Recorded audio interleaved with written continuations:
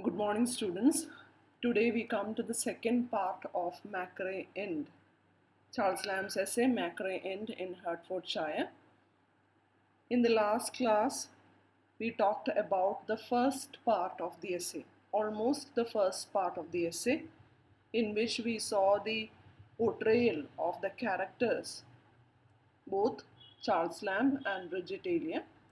We understood that Bridget Elia, it is his sister Mary Lamb, who is presented as Bridget Elia and as an housekeeper in this essay. In this essay, in the first part, he talked about the character portrayal. He gives out a small character portrayal. He talks about their different literary taste and then about different temperaments of both Charles Lamb and Bridget Elia. Hope you have read the essay. Now read the next part. Hope you have read the part from her education in youth was not much attended to till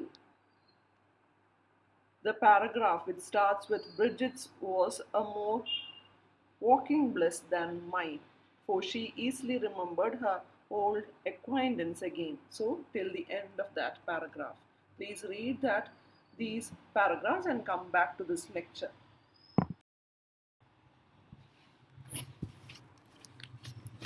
As I said earlier, in the first part of the essay, the traits of the characters of both Lamb and Bridget, it has been vividly depicted. We get a vivid description of both characters, and also we understand the differences between their temperaments, which has been clearly demarcated. And Lamb also talks about how Bridget remained as a housekeeper and they had this tolerable comfort with each other, though they had differences in opinions. They were something like old bachelor and maid. They have been living together without any clash. Usually there were some occasional bickerings, but they had a kind of mutual understanding between each other. There was something like perfect harmony between them because most of their taste and habits were very much the same. And then he talks about the differences in their literary habits, literary reading habits, literary taste. How different is his choice of works, his choice of literary works when compared to Bridget Elia. We have already discussed that. And he also discussed another point where Bridget sticks to the opinions and ideas she had imbibed, she had absorbed in her childhood, while Lamb is more or less open-minded. And then he talks about certain matters of disputes and who wins at the end. So if it is a matter related to facts, dates or circumstances, usually Lamb wins. And if it was a matter related to moral matters, always Bridget wins. And later, the last session of the lecture, of the previous lecture, we talked about the fault. One of the faults he points out, that is this absurd behavior of Bridget Elia, that is reading in company. And when someone asks a question, she just answers yes or no without even understanding, comprehending the question. So he finds out some faults with Bridget Elia. And now, in the next paragraph, he talks about Bridget's education. He says that he starts this part like this. I quote, "Her education in youth was not much attended to, and she happily missed all the train of female garniture which she passed by the name of accomplishments. She was tumbled early by accident or design into a spacious closet of good old English reading, without much selection or prohibition, and browsed at will upon that fair and wholesome pasturage. Had I 20 girls, they should be brought up exactly in this fashion. I know not whether their chance in wedlock might not be diminished by it, but I can answer for it that it makes, if the worst come to the worst, most incomparable old maids. Here, he's talking about the education of Bridget. He says that Bridget had didn't have that privilege to have this proper or systematic education in her youth. She was allowed to read from a spacious closet of good old English reading, and she used to read books at random without much selection, or there were not anyone there to prohibit to read certain books. So she was free to choose any books and to read at her own will. And he says that she missed all that training a usual female should have during her 20s. All those female garniture. What is this female garniture? Female garniture is all those female accomplishments. It is something like dancing, painting, doing embroidery. So these are the usual feminine accomplishments, something women do or women are supposed to do during her 20s. So that is something which prepare female or women in her later life, in her later married life. So he's trying to say that Bridget Elia completely missed that train of female accomplishments. She was not raised as a usual woman or usual teenager, usual girl who should have done all those preparations for her later married life. Here, she was given the freedom to choose books at her own will and to spend time reading.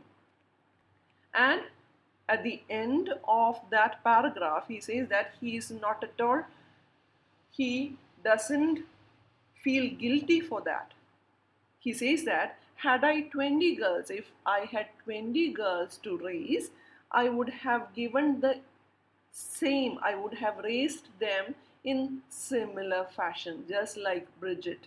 Though I know, he says that though he knows that it may diminish the market value of a woman.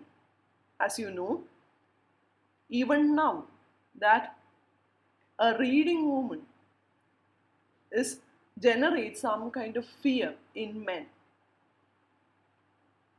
You may also know that as a literature student, it is said that a literature studying girl has a kind of low value in marriage market, because these men have some kind of fear against all those reading women.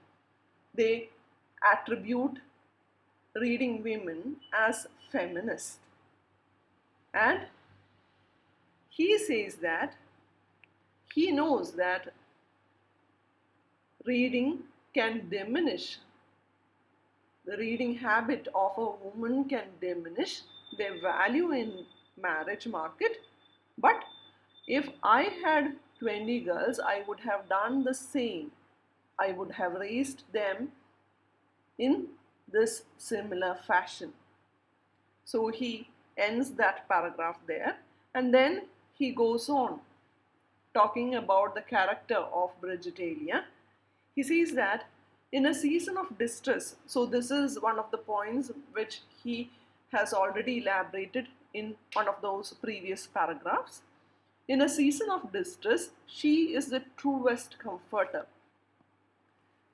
But in the teasing accidents and minor perplexities which do not call out the will to meet them, she sometimes makes matters worse by an excess of participation.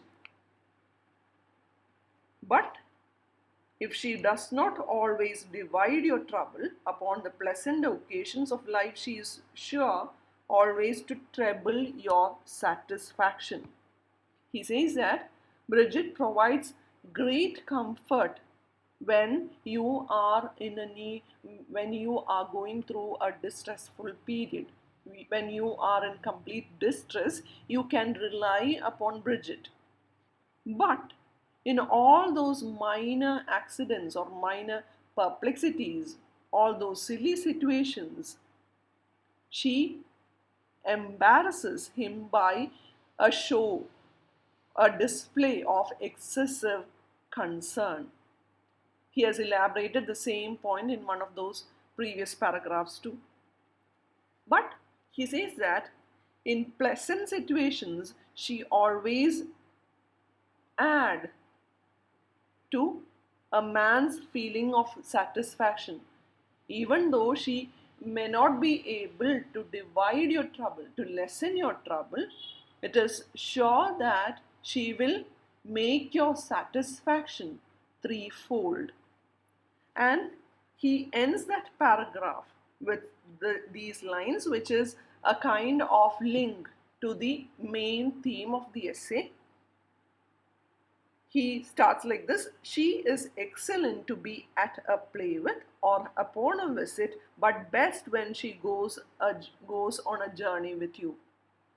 So he takes the last line as a link to the main theme or the main incident of this essay, that is their visit to Mackery in Hertfordshire. And he says that he finds a perfect companion in Bridget Elia for a journey, and that too to their mother's place, Mackery in Hertfordshire. It is said that during their childhood they spend some of their time, their vacations in Hertfordshire. And then from next paragraph onwards, we understand that it directly moves to Mackery End. He talks about Mackery End. It is also known as Mackerel End, and it is a farmhouse which is delightfully situated within a gentle walk from Wheathampstead. So he gives a brief description of this place. It is a farmhouse and it is near this Wheathampstead. And then he directly moves to the past. He says that at some point of time in the past, they have visited this place, and there, in the middle of that description of this visit, we again see his love for Bridget Elia. In these lines, he says that I can just remember having been there on a visit to great aunt when I was a child, under the care of Bridget, who, as I have said, is older than myself by 10 years. And please mark these lines. I wish that I could throw into a heap the reminder of our joint existence, that we might share them in equal fashion, equal division. So here again he expresses his love for his sister or this housekeeper Bridget Elia. Here Lamb tries to say that he would love to make, he would like to make a common stock of those years. So he says that they visited this place when he was a child, but Bridget Elia, being older than him, 10 years older than him, she is the one who took care of Charles Lamb.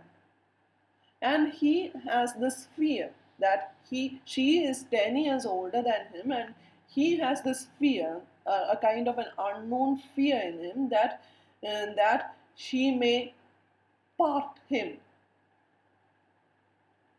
soon. That is, there is something like a gap of 10 years between them. So he fears that she may leave him alone in this earth and she may die soon because she is older than him. So he finds out a solution. It is something like an interesting solution which will not happen in real life. He says that he wanted to throw into a heap the remainder of our joint existence, and he wanted to divide the existing years equally between them so that they might both of them die at the same time. As I said earlier, he had this fear that she is older than him and she may leave this world soon. So he comes out with a strange idea, and that shows his love towards Brigitalia, that he wants to uh, divide their remaining years equally, that he wants to give a part of his years in this earth to Brigitalia so that they can equally share the life in earth and they can leave the earth together.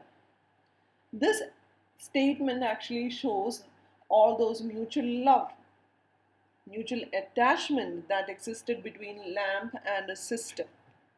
And after that, he continues with the description of Mackery. He says that he talks about the Bruton and Field family who used to live there. He gives out a brief family lineage of Bruton and Field family. He says that the house was at that time in the occupation of a substantial yeoman. Yeoman is a farmer who had married my grandmother's sister. His name was Gladman, and my grandmother was a Bruton married to a Field. Gladmans and Brutons are still flourishing in that part of the country, but Fields are almost extinct. So this is a brief description of family lineage or family tree. And he says that now only Gladmans and Bruton inhabit this Mackery. Field family has almost been extinct with the death of his grandmother.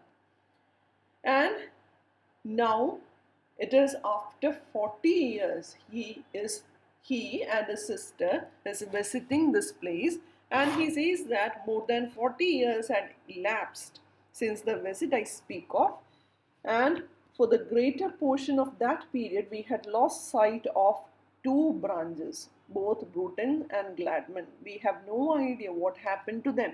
It has been 40 years since the last visit, and they have no clue about who are right now presently who inhabit Mackery, but they have this immense desire to go to this place. So they visit this place, and he knows that at that place they may encounter some strange people. They may not know their relationship, but they are determined to explore this place, that is Mackery. And then in the next paragraph he talks about the route he takes to reach that place. He says that by somewhat a circuitous route, taking the noble park at Luton in our way from St. Albans, we arrived at the spot of our anxious curiosity about noon. So we reached that place about around noon. We took this certain route and we saw this old farmhouse. And when they saw this place, they understood that every trace of it was effaced from our recollections, affected me with a pleasure which I had not experienced for many a year. For though I had forgotten it, we had never forgotten being there together, and we had been talking about Mackery End all our lives, till memory on my part became mocked with a fandom of itself. And I thought I knew the aspect of a place which, when present, oh, how unlike it was to that which I had conjured up so many times instead of it. So they reached this place through this circuitous route, and they arrive at this destination around noontime, and this sight of this old farmhouse fills Lamb with great pleasure. He can't express his pleasure. And when he saw this place, he understands that it is completely different from what he imagined it to be, because it was after many years he was visiting this place. And here he also says that though he felt that he had an idea about this place, so he combines many ideas in a single sentence, starting from, for though I had forgotten it, we had never forgotten being there together. Though I forgot about the exact place, I couldn't forget that all those precious moments where we spend our happy times together in this place. And we had been talking about Mackery all our lives, though we are separated from this place for around 40 years. We were talking about this place all our lives, and you must also have experienced a certain thing. Think about a place you visited in your childhood, and think that you are visiting after around 20 years. So you may be just 17 or 18. So think that you are visiting this place after 15 years, and when you visit that place, you will understand that it is completely different from what you have imagined. So as a child you have visited this place, and you will have certain memory about this place. But after 15 years, when you visit that place, you will understand that it is completely different from the picture or the image which was there in your mind. It is something like your mind is playing with yourself. It is like, as he says, that till memory on my part became mocked with a phantom of itself. It means that his own memory was deceiving him, was cheating him by a kind of a visionary reflection which is completely different from the original.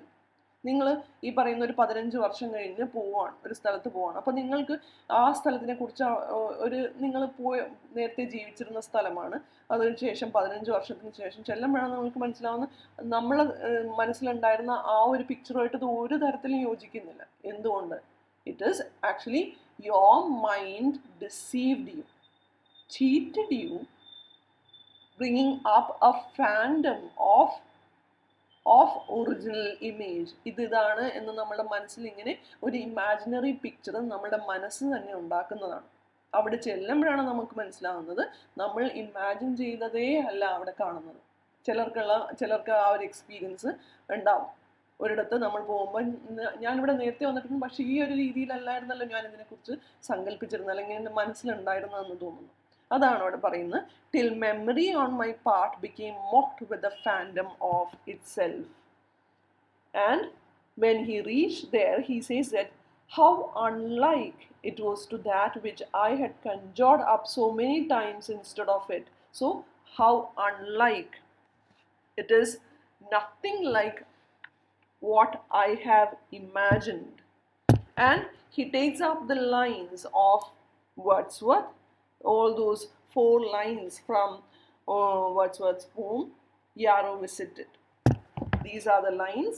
But thou, that didst appear so fair to fond imagination, does rival in the light of day her delicate creation. So they visited this place in the heart of June. So June, in their place, it is considered to be the most comforting season. So he says that during that season, this place appears so beautiful which is so fond to imagination, and it even rival my imagination. It is so beautiful than I imagined. And in the next paragraph, he talks about Bridget's reaction when she enters this place. She was more like a waking bliss than mine. She was in a state of bliss. She was so happy seeing this place. And she easily remembered. So, this is considered to be the nature of women. They easily remember all those old acquaintances. And she talks about all those altered features. There are some changes there, here and there, and she correctly identifies all those changes while Charles Lamb cannot. And at some point of time, she even grudges. She is not happy with that change. She says that it was better when we were there during the childhood. Now these alterations had actually destroyed the beauty. So she grudges at some points. But mostly she had this disbelief for joy. And she runs around from every outpost of the old mansion to the wood house, to the orchard, to the pigeon house. It is said that house and birds were alike flown. The house in the past and birds in the past, they have everything flew away, but still she runs around this old mansion and identifies each places with a kind of a disbelief for joy, and she has this breathless impatience of recognition. ഒരു കുട്ടി ഒരു സ്ഥലത്ത് പോകുമ്പോൾ ഇങ്ങനെ ഓടി നടന്ന് ഓരോന്ന് ഇത് അതായിരുന്നു ഇത് അങ്ങനെയായിരുന്നു എന്നൊക്കെ പറഞ്ഞ് ആ ഒരു രീതിയിൽ she acted like a child. And he says that it is more pardonable, though it is not proper at the age of 50-year-old lady. It is pardonable. I will pardon her because in certain things she is behind her years. She acts like a child, and actually Charles Lamb enjoys seeing Bridget's reaction, a kind of a waking bliss, a kind of disbelief for joy. He looks at this lady and that gives him more pleasure. Her joy gives him more pleasure. Here he talks about, he again come to this point of their mutual attachment with each other. So girls, I am stopping here. Please read the text once more. Listen to this lecture. If you have any doubts, please feel free to contact me. Thank you girls. Have a nice day.